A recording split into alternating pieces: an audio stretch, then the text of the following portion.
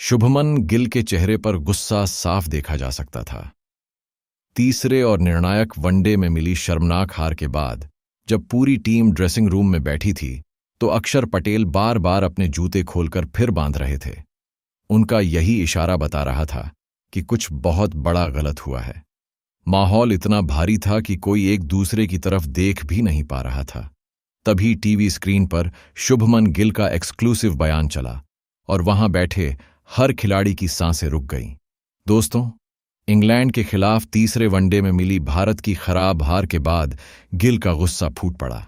गिल ने हार के 7 बड़े कारण एक एक करके बताए और जो बड़ी मांग उन्होंने रोहित, कोहली और गंभीर के लिए की, वह सुनकर यकीन मानिए पूरी भारतीय टीम सन्न रह गई। गिल का पूरा बयान इतना कड़ा था कि उसे सुनकर अक्षर पटेल और केएल राहुल तक की आंखें नम हो गईं। अब दोस्तों, गिल आखिर बोले क्या, हार की असली वजह क्या बताई और किस बदलाव की मांग करके उन्होंने पूरे भारतीय क्रिकेट को हिला दिया, यह सब आपको इसी वीडियो में पूरा दिखाएंगे, इसलिए सुने बिना कहीं मत जाइएगा। लेकिन उससे पहले अगर आप भी रोहित शर्मा, विराट कोहली और गिल को महान खिलाड़ी मानते हो तो वीडियो को एक लाइक जरूर करिएगा। तो चलिए अब आपका ज्यादा समय ना लेते हुए शुरू करते हैं वीडियो। दोस्तों, लंदन के ऐतिहासिक लॉर्ड्स क्रिकेट स्टेडियम में जैसे ही 3 वनडे मैचों की सीरीज का तीसरा और निर्णायक मुकाबला शुरू हुआ, भारतीय कप्तान शुभमन गिल ने टॉस जीतकर पहले गेंदबाजी करने का जो फैसला लिया, वह शुरुआत में पूरी तरह गलत साबित होता नजर आया। इंग्लैंड की ओर से पारी की शुरुआत बेन डकेट और जैकब बेथेल ने की। दोनों ही बल्लेबाजों ने भारतीय गेंदबाजों की दिशाहीन लाइन लेंथ के सामने मैदान के चारों कोने में चौके और बरसाने शुरू कर दिए। प्रसिद्ध कृष्णा और अर्शदीप सिंह की गेंदों पर डकेट ने आक्रामक रुख अपनाते हुए कुछ शानदार ड्राइव और कट शॉट लगाए। जैकब बेथेल ने भी उनका भरपूर साथ निभाया। दोनों के बीच पहले विकेट के लिए एक विशाल शतकीय साझेदारी हुई, जिसने इंग्लैंड को पूरी तरह मजबूत स्थिति में ला दिया। बेथेल 91 गेंदों पर 91 रन बनाकर प्रसिद्ध कृष्णा का शिकार बने। लेकिन तब तक मैच का पासा पलट चुका था।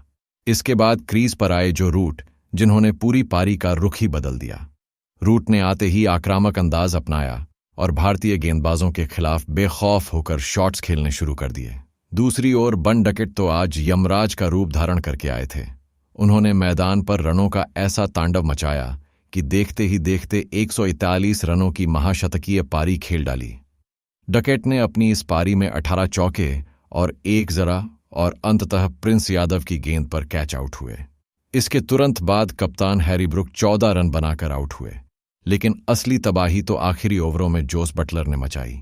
बटलर ने गुरनूर ब्रार और प्रिंस यादव के आखिरी ओवरों में लगातार बैक टू बैक और चौके जड़कर मात्र 13 गेंदों में 41 रनों की तूफानी पारी खेल डाली, जो रूट भी 76 रन बनाकर नाबाद लौटे। अंततः इंग्लैंड ने 50 ओवरों में 3 विकेट के नुकसान पर 387 रनों का विशाल और नामुमकिन सा दिखने वाला एवरेस्ट जैसा स्कोर खड़ा कर दिया। 388 रनों के इस हिमालय जैसे बड़े लक्ष्य का पीछा करने उतरी टीम इंडिया की शुरुआत बेहद खराब और किसी बुरे सपने जैसी रही। कप्तान हैरी ब्रुक ने नई गेंद जोफ्रा आर्चर के हाथों में थमाई और आर्चर ने पहली ही गेंद पर मुकाबले में भूचाल ला दिया। पहली ही गेंद पर हिटमैन रोहित शर्मा आउट होकर पवेलियन लौट गए। रोहित का शतक बनाना और भारतीय टीम को मझधार में छोड़कर आउट होना भारतीय ड्रेसिंग रूम के लिए बहुत बड़ा झटका था। इसके बाद शुभमन गिल ने खुद जिम्मेदारी संभालने की कोशिश की। उन्होंने 84 गेंदों पर 77 रनों की एक कप्तानी पारी खेली, जिसमें 10 चौके और 1 शामिल था। लेकिन 24वें ओवर में आदिल राशिद की एक टर्न होती गेंद पर वे एलबीडब्ल्यू होकर चलते बने। यहां से क्रीज पर रन मशीन विराट कोहली और ईशान किशन ने पारी को संभालने का जिम्मा उठाया। श्रेयस अय्यर मैदान पर आए थे, लेकिन वे बिना खाता खोले मात्र 3 गेंदों में गस एटकिंसन का शिकार बन गए।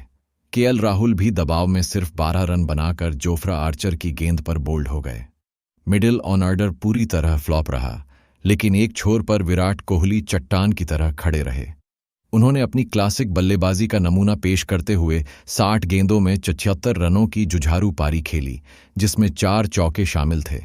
उन्हें सैम करन ने हैरी ब्रुक के हाथों कैच आउट कराया। अक्षर पटेल ने भी 3 रनों का योगदान दिया और आउट हो गए। अंतिम ओवरों में गुरनूर बरार, और अर्शदीप सिंह क्रीज पर संघर्ष